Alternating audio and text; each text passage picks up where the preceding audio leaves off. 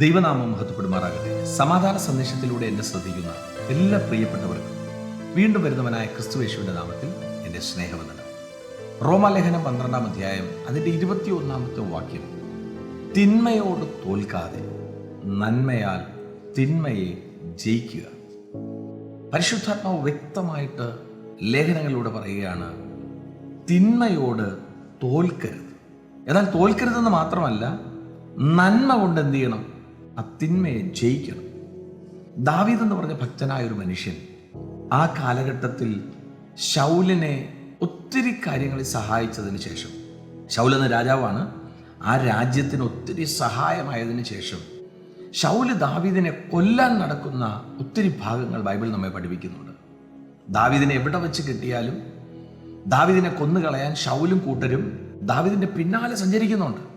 സങ്കീർത്തനത്തിൽ ദാവീദ് പറയുന്നുമുണ്ട്, ഒരു വേട്ടനായെപ്പോലെ എന്നെ ഓടിക്കുന്നു എന്ന് വെച്ചാൽ സ്വസ്ഥത കൊടുക്കാതെ ദാവീദിന് തിന്മ ചെയ്യാൻ വേണ്ടി അന്നത്തെ രാജാവായ ശൗൽ തൻ്റെ പിന്നാലെ നടക്കുന്നുണ്ട്.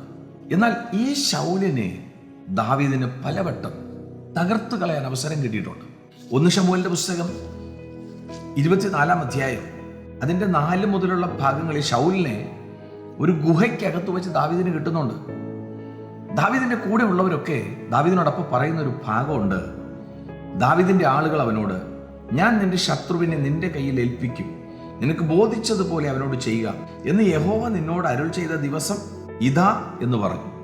ദാവീദിന്റെ കൂടെ ഉള്ളവർ തന്നെ പറയുകയാണ്, നിന്നെ തകർക്കാൻ, നിന്റെ പിന്നാലെ നടക്കുന്നവനെ തകർക്കാൻ ദൈവം തന്നൊരു സാഹചര്യമാണ്, ഒരു സാധ്യതയാണ്. നീ എന്ത് ചെയ്യണം?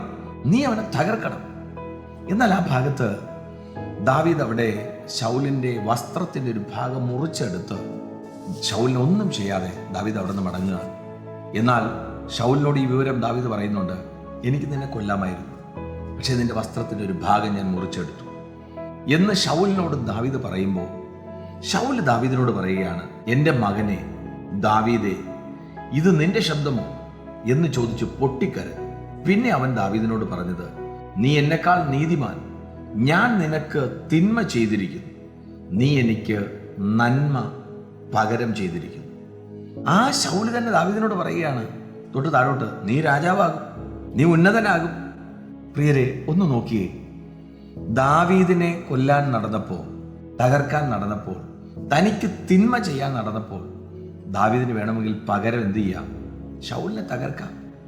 എന്നാൽ തിന്മയ്ക്ക് പകരം തിന്മ ചെയ്യാതെ, അല്ലെങ്കിൽ തിന്മയിൽ തോറ്റുപോകാതെ നന്മ ചെയ്ത് ദാവീദ് ജയിച്ചതുപോലെ, ഒന്നുകൂടെ അവിടെ പറയാനുണ്ട്, ആരാണോ തനിക്ക് തിന്മ ചെയ്തത് ആ വ്യക്തി തന്നെ അവിടെ പറയുകയാണ്, ദാവീദേ, നീ എനിക്ക് നന്മയല്ലേ ചെയ്തത്. അതിൻ്റെ അർത്ഥം എന്തുവാണ്?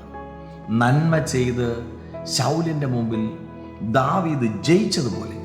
ഈ സന്ദേശം കേൾക്കുമ്പോൾ പ്രിയരെ, നമ്മുടെയൊക്കെ ജീവിതത്തിൽ തിന്മയ്ക്ക് പകരം തിന്മ ചെയ്യാൻ നടക്കാതെ, തിന്മയിൽ തോറ്റുപോകാതെ നന്മ ചെയ്ത് തിന്മയെ ജയിപ്പാനുള്ള ഒരു കൃപ പ്രാപിപ്പാൻ ദൈവം നമ്മെ സഹായിക്കട്ടെ. വിശ്വസിക്കുക, പ്രാർത്ഥിക്കുക. ദൈവം വിശ്വസ്തൻ. God bless U.